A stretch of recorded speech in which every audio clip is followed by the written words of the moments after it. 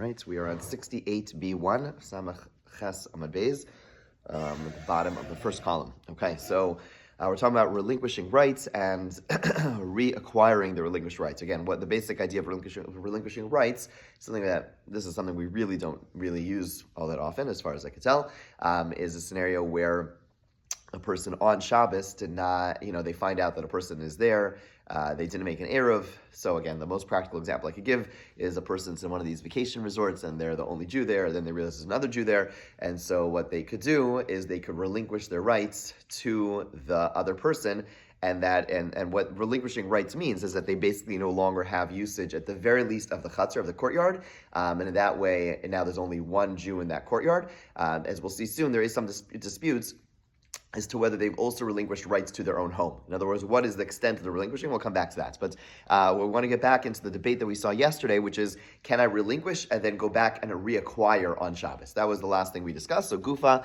the bottom, 68b1, Samach Ches Amud Beis, the bottom of the first column if you're in the article. Gufa, Rav Amar Mevatlin V'chozrin Mevatlin. Rav says you're allowed to relinquish and then go back and take back your rights. So Shmuel Amar, Ein mevatlin v'chozrin mevatlin, you're not allowed to do so. Okay, so now the Gemara wants to link this dispute with another dispute. Okay, classic. The Gemara always tries to do this and say that, okay, we have one dispute in one place. Is it connected to another dispute? So Lema Rav Shmuel b'plukta d'Rabbanan Rabbi Eliezer k'mifli. Maybe Rav and Shmuel are arguing about the same thing which the Rabbanan and Rabbi Eliezer argued about. What is that? D'Rav d'Amar k'Rabbanan. Okay, so Rav, who said that you are allowed to go ahead, relinquish your rights, and then take your rights back, that goes like the Rabbanan. Which view of the Rabbanan? The Rabbanan and the Rabbi Eliezer argued about, when a person relinquishes their rights, do they also lose their rights to their own home? So practically what that means is, if I have a home in a courtyard and I relinquish my rights, so the Rabbanan holds that I still maintain rights to my house, and what that means is that no one's allowed to on that shot. When I relinquish my rights, if let's say all of us in a courtyard, and I am the person who forgot to be part of the Eruv or whatever it is. So now I relinquish my rights to you. So according to the Rabbanan, you are all allowed to now carry in the courtyard, but you can't come into my house and take things out of my house because I never relinquished the rights to my house. So my house basically becomes like sealed away from the rest of the courtyard. It's still mine. And therefore, we're saying now that maybe Rav, who said that I'm allowed to relinquish rights and then take back and then basically what happens is I relinquish my rights to you, and then you at some point are allowed to relinquish your rights back to me, like give it back to me. And that goes like the Rabbanan. Why? Because that means if you're not allowed to access my house, that means that I'm still here. That means, of course, physically I'm still here, but the point is that I'm still seen here as part of the chutzner.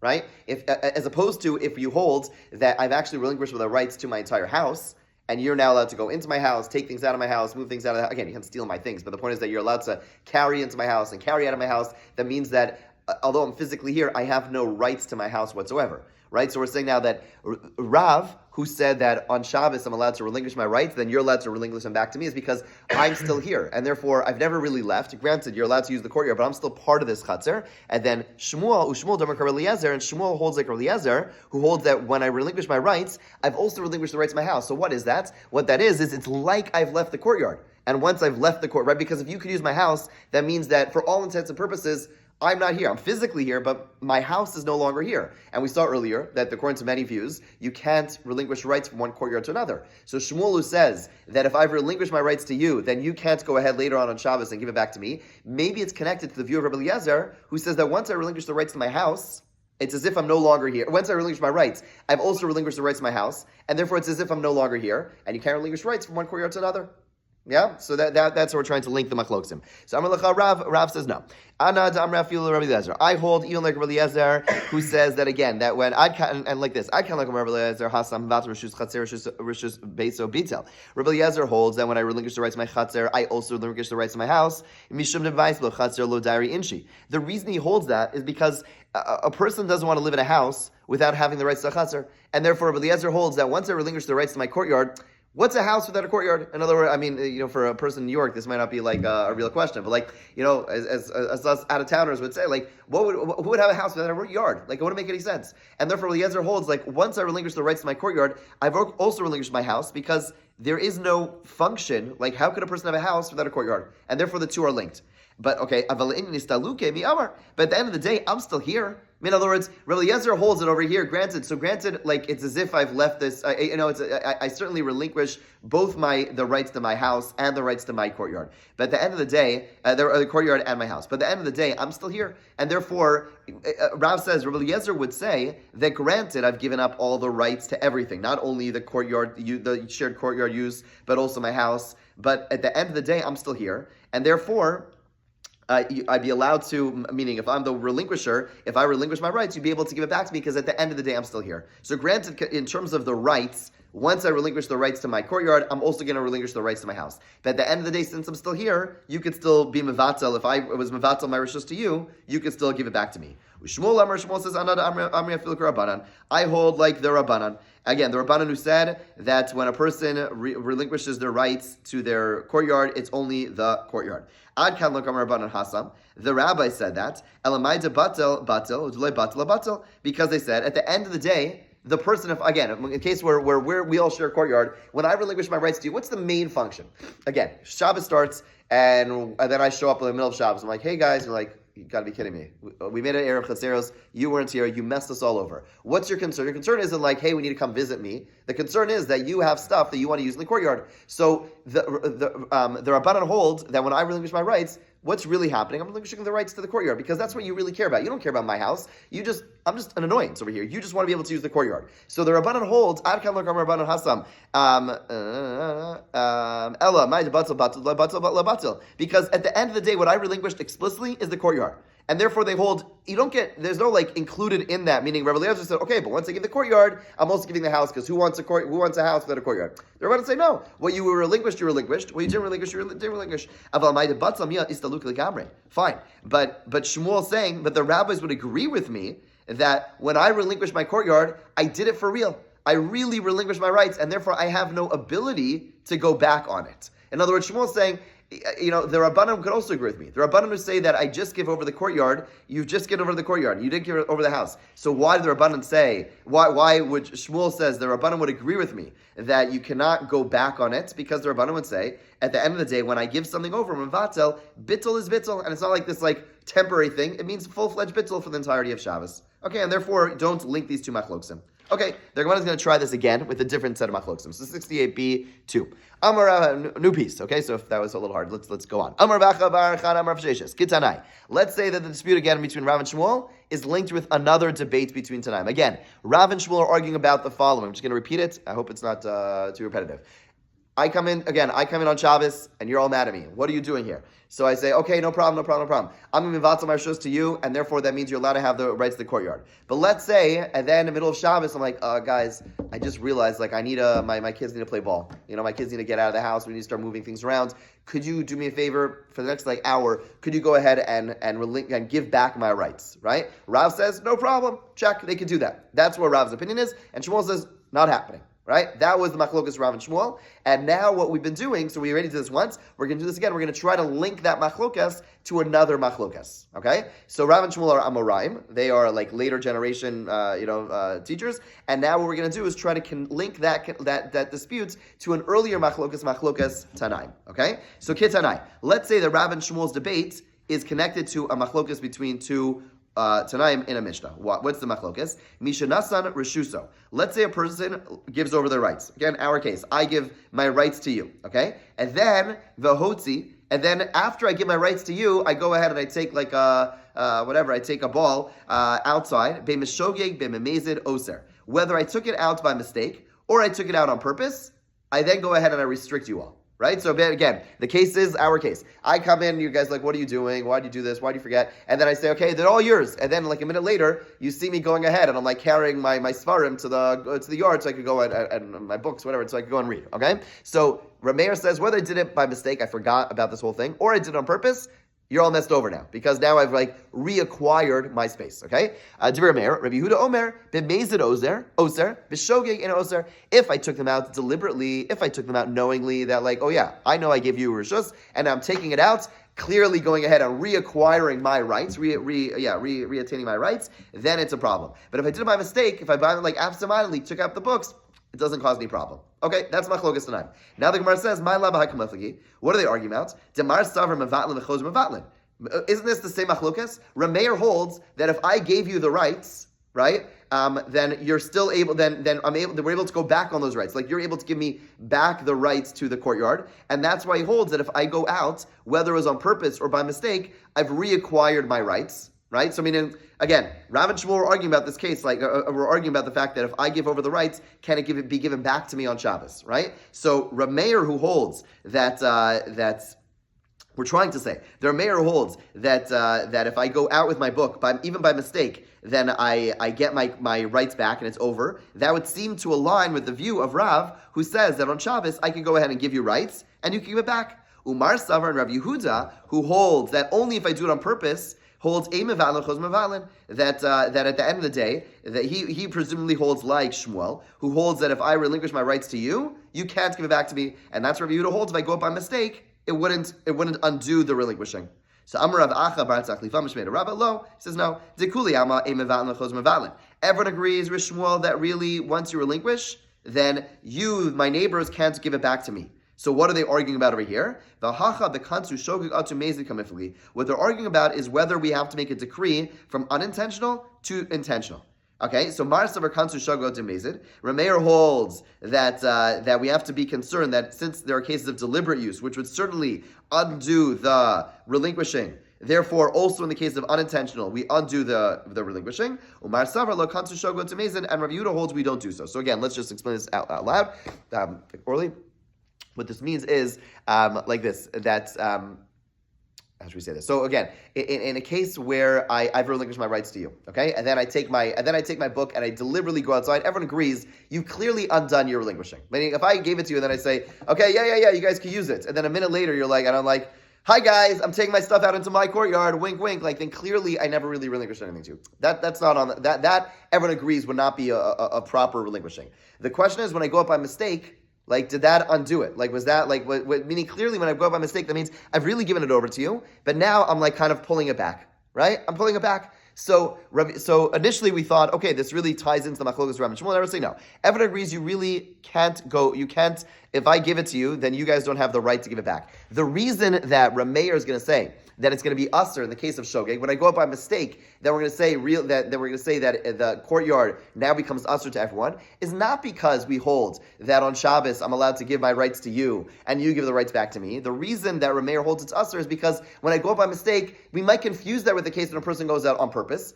And what are we going to say? We're going to say when a person goes by mistake, we're going to say, oh, he did it by mistake. You guys all look at each other like, oh, Rabbi's tired, whatever, he forgot and he's like doing whatever, he has no idea what he's doing, we can still carry. But if that happens, then you might come and confuse that with a case where I go out deliberately and do it and say, I'm going to carry out, and you might confuse the two cases. And therefore Meir says, really, this is nothing, really, if I were to give you rights, you don't have the ability to give them back to me. The reason that when I go out by mistake, that we say the whole thing is undone, because we might confuse it with the case when I go out on purpose. And when I go out on purpose, I've never really relinquished anything, and that's why it's going to be usher, but it's not dependent on machlokas of Rav and Shmuel. However, Rav Ashi Amar with 68b2, Rav Ashi Amar Rav Shmuel pluged to Rav Eliezer, V'Rabbanan kam miflagi. Rav and Shmuel say no, the two machlokasim are linked together, and they're really one and the same machlokas. The machlokas is that how stable is the relinquishing on Shabbos. Again, that Rav says that when I give you rights, then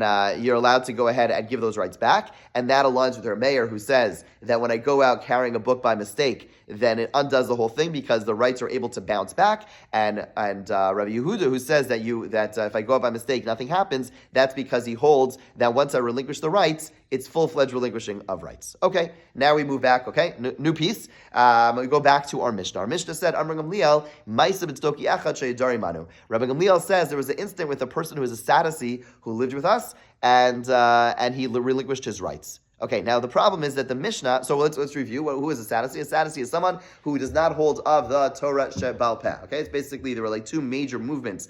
There were many movements. In the about 2,025 years ago, there were significant movements amongst the Jewish people. Like, it's almost like, if you were to go back into time, it would not be simple, it would not be straightforward that traditional Judaism as we know it, that the oral law would have continuity. In other words, there were many massive groups. There were groups who rejected certain things, who had different views Jews. There were the essences. Those are people in the Dead Sea area who, the Dead Sea Scrolls, that whole area. These are people who, had their beliefs. And you have the Tzaddukim. There were like many, many factions of Jews at the time. Eventually, with time, Judaism as we know it's emerged, but there were different competing groups, and one of the major groups at the times were a group called the Tzaddukim. Okay, they were based on their teacher, whose name was Tzadok, and basically, it's very simplified, but their basic view was that they rejected the oral law. Okay, and so throughout Gemara, there's always this discussion about how do we view this person? How do we view a Tzadduki in terms like, do we view this person as a full-fledged non-Jew? Do we view them as a Jew? Like, what is their status in regards to different laws? And so we saw earlier, a non-Jew is not allowed to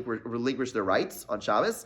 They have to go ahead and do a lease, right? But what about a Tzadduki? What about Tzadduki? And so Gamliel says that Tzadduki was with us in the courtyard, and although it's not quoted in front of us, but the Mishnah continued, and he relinquished his rights on Shabbos. The problem is that in the Mishnah itself, we're not going to go back to the Mishnah, there's no mention of Tzaddukim. Like, it sounds like he's arguing with someone, but there's no mention of anyone else. It's like, why is he talking about Tzaddukim all of a sudden? So the Gemara asks, Tzaddukim man dachar shmei? Who mentioned Tzaddukim in this Mishnah?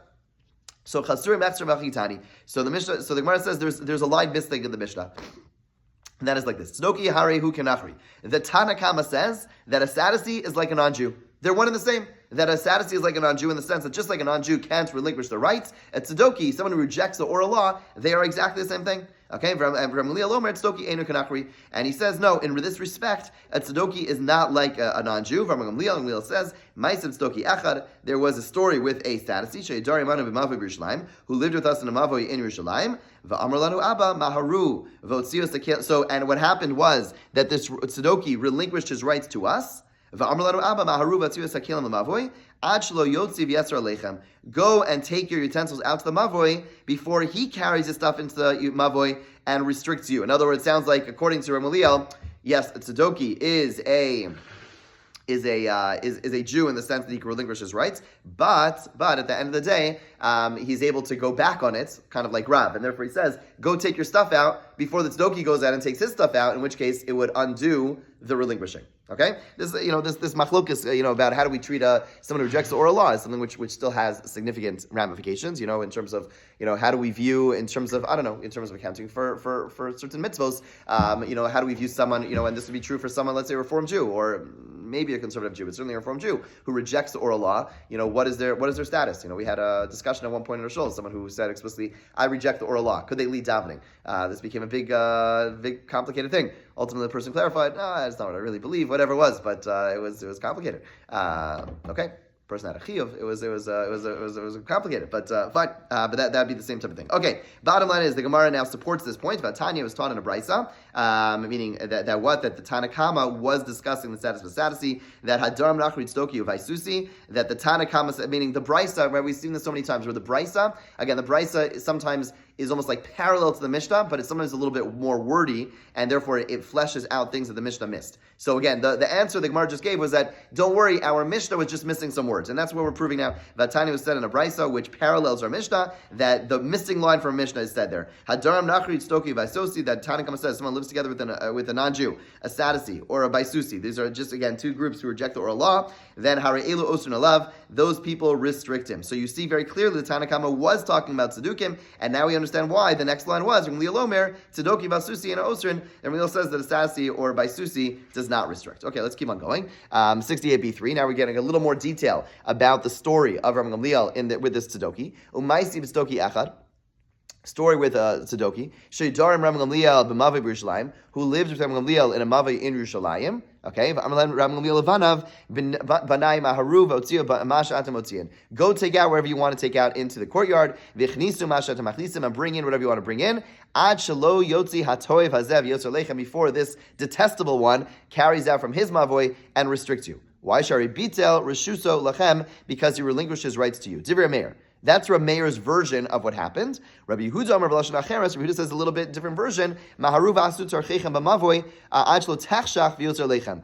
He says, go out and take out your things because before it becomes dark. Now, what does it mean before it comes dark? According to Rabbi Yehuda, it sounds like Rabbi Gamliel actually agrees with the Tanna Kama. He says that if he says you have to do it before dark, then what does that mean? That means that did the relinquishing work? No, it didn't work. I mean, he's saying do it before dark because once it gets dark, meaning once Shabbat starts, It's not, you can't do anything. So again, Rameir says it works. You're allowed to go ahead and relinquish your rights. It's just that the Sadducee could go, the Tzedeki is allowed to give up his rights. It's just that it seems like, as we're about to get into in a second, that the Tzedeki is allowed to retract. According to Rabbi Yehuda's version, he says go do it before Shabbos starts, because once Shabbos starts, you can't bring anything out there. Okay? Now let's go into a little bit more detail in terms of machlokas. Okay? That was the version of Rameir. He says, go ahead and bring everything out, take everything in, because once the Tzeduki goes ahead and takes this stuff out, he'll restrict you. Okay, the implication of the Brisa is that when they carry things into the Mavoi, and then if you were to do something afterwards, he would not restrict them. In other words, the implication is that do it first, because once you do it first, then it's okay. Okay? Vatznan. The problem is 69a1. Vatznan misha nasan reshusa v'tziyo bein b'shogim mezid oser to Rameir. Rameir, who is the same Rameir who just told us this version of the Brisa, right? Rameir is the one who just said this, right? And he said this is the version of the Brisa that Ramil says to children, go take things out, and because once the non-Jew takes things out, it's going to ruin everything. Go take things out before he does, because if he takes things out first, it's going to ruin everything. But if you take things out first, it'll be fine. Right? Then we say, wait a second, Rameir, you're the one who told us that if a person, if even Israel, someone who relinquishes rights goes ahead and they take things out on Shabbos, it undoes the whole thing. Right? So Amrav Yosef, Ema Ein Oser. One possibility is reread Rameir in our Mishnah, and Rameir is the one who actually holds that if a non-Jew takes, that when you relinquish rights, no matter what, you cannot go back on the relinquishing of rights, and then there's no contradiction. Rameir in the Mishnah said that if I relinquish rights, I have no way of undoing it. Right? If I go bring things out after, if I go and take my book out after, even if I do it to spite you, too bad. I'm just doing something usher. But you all keep your rights, and it's consistent with the Brisa, because the Brisa said, the Rameir said, go bring your stuff. The Rameir's version of Ramil was, go bring your stuff out first. Because if the Sadducee does it first, then he's clearly retracting. If you do it first, you've held on to your stuff, and if he does something after, it doesn't matter. That's Rav Yosef's answer. Abaye says, lo kasha, kan shechzik b'nei mavoi b'mavoi, kan shlo hechzik b'nei mavoi b'mavoi. He says, no. The difference is simple. He says, keep Rameir. Rameir holds that you are allowed, that if I, in our version, if I go outside with my book, then I will prohibit everything on you. But Rameir was only saying that if I was the first one to go out. But if one of you were to go out first and use the mavoi, then it's too late, right? And therefore, in the Mishnah, when Rameir says, if I go out on purpose or mistake, it would ruin everything, that's because I was the first one to go out. Therefore, that retracts my giving it to you. But in the Brisa, that's exactly what Rabbi Gamliel is saying. He was saying to his son, you go out and take things out before the Sadducee goes out. Okay, Vatanya, and we support this with Brisa, Achlo Nasan Reshusa Otzio, that's exactly what Rameir meant. Before I go out, if I relinquish my rights before I go out, before anyone else goes out, then if I go out before and if you go out, then I'm going to be vatal. Rabbi Yehuda, and Rabbi Yehuda says even then, even if I'm the first one to go out, I can only ruin a bit mazid. And so now again, where we're landing is like this: there's a Rameir who said that you're allowed that if I relinquish my rights to you, again in the case where I come on Shabbos and I messed up and I relinquish my rights to you, and now you're all saying, okay, so then I go out with my book on Shabbos, let's say by mistake, Rameir says it's only going to be a problem if I'm the first one to go out. If I'm the first one to go out, then I've undone it. I've shown that it's nothing. But if one of you go out first and bring your stuff out first, it's totally fine. And that's exactly what happened in Sturm Gamliel. We will pick up tomorrow. Have a great day.